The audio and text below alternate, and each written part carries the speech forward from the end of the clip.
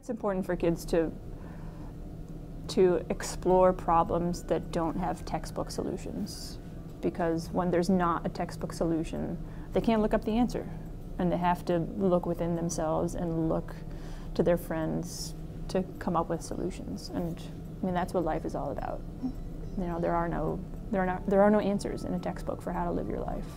They are given problems, and they have to solve them in sometimes a physical way, like how do we get this crane to work? How do we get these wheels to move in a proper way?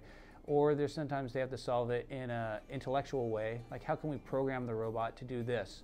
Like that when we hit this button, it'll do this, or when it sees this light, that it'll respond in a certain way. One of our favorite projects is the Charles River watershed study that occurs in the fall.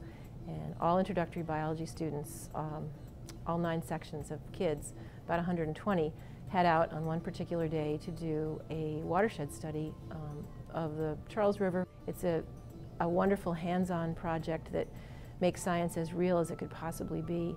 The connection with the Watershed Association, the ability to put data into a database, and then for students to analyze a longitudinal study and to look at data that dates back as far as the mid-90s. It's really exciting to be able to do that. The robotics class, they learn how to program computers, and they learn how to actually build the circuits, and then eventually they combine those skills and they build a robot that will move, and then the ultimate goal is to compete in a competition where they fight against one another. So I think it's challenging for them at first because they're not used to these open-ended problems to solve, but I think in the end it's really fulfilling because it's practical and it's more realistic about the kind of problems they'll encounter.